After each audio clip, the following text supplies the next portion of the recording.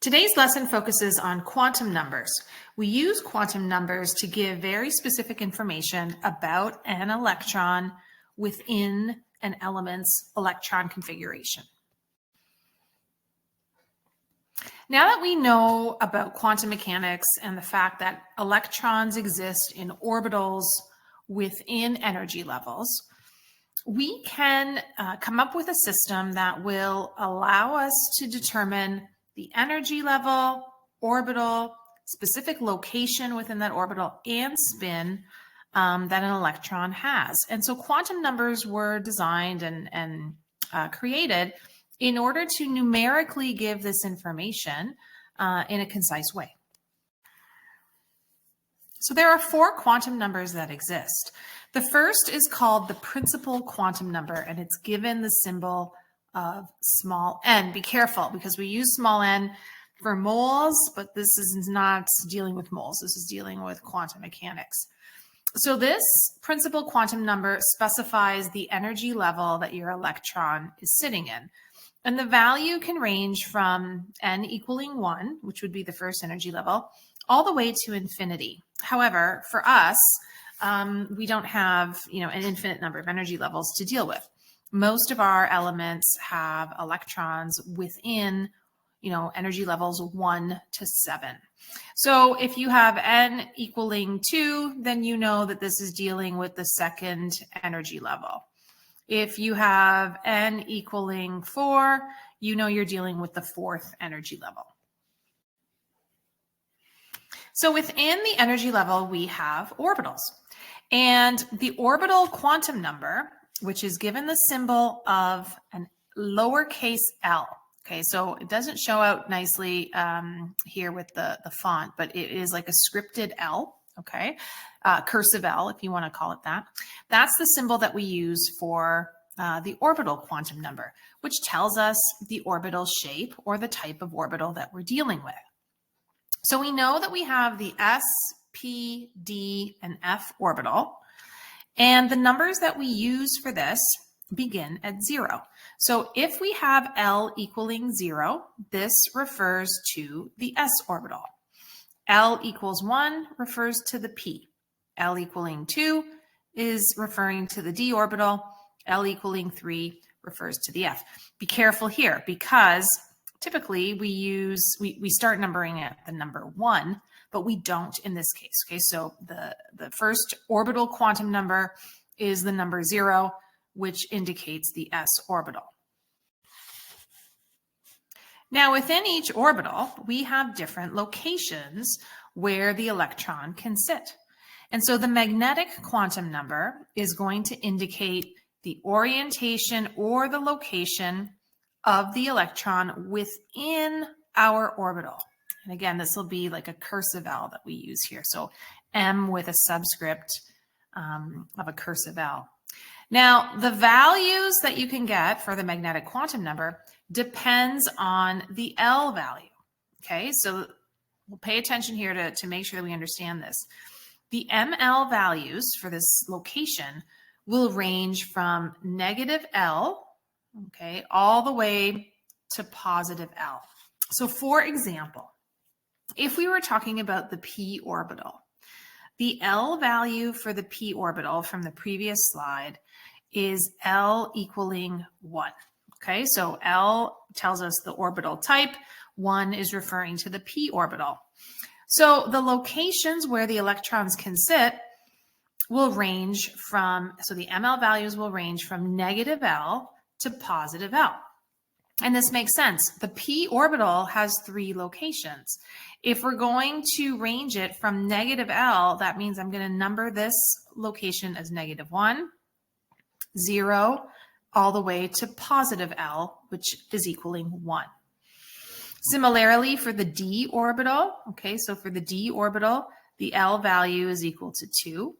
The d orbital holds 5 or has 5 locations, and we would number these locations based on their ML values, ranging from negative 2 all the way to positive 2. So we would start with negative 2, negative 1, 0, 1, and 2.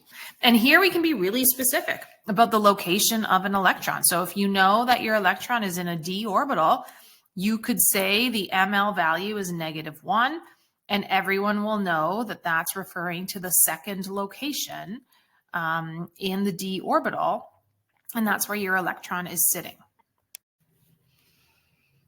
We are aware that these electrons have spins. They have clockwise and counterclockwise spins. So the last quantum number is called the spin quantum number, and it's given the symbol m, lowercase m, with the subscript s, and it refers to the spin of our electron. So the electrons spin clockwise and counterclockwise. I don't really know if the clockwise is the arrow up or the arrow down. It doesn't matter. You know that you need one of each. So the only two MS values that you can have, because remember, you have to have a spin up paired with a spin down, we use the quantum number of 1/2. Okay, so a spin up is equal to positive 1/2, and a spin down is related to a negative 1/2 value. So let's do an example, and we're going to come up with the quantum numbers for sulfur. And notice the wording. It says for the last electron of sulfur.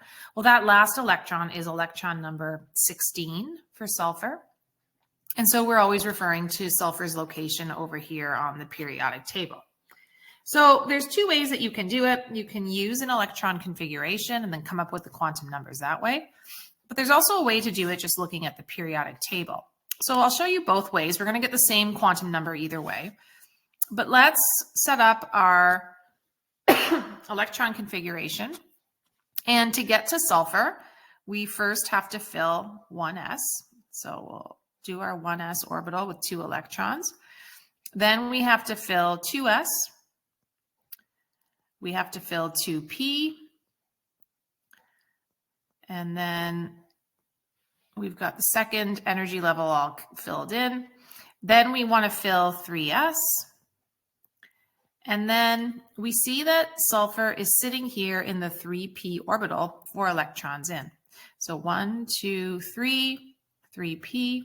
And then we have 1, 2, 3, and there is his 4th electron right there. So if we want to know the orbital or the 4 quantum numbers, we know that these 4 quantum numbers are going to be an n value, which refers to the energy level. And so that electron of sulfur is sitting in the 3rd energy level, so n equals 3. The L value is equal to the type of orbital, and that electron is sitting in a p orbital, so we give it the value of 1. So you have to remember that the S starts at 0, p is equal to L equaling 1. Then we want the ML value. And remember that the ML value is referring now to the location of the electron. Well, that electron is sitting here in the 1st location. And remember that we number these locations from -L to +L.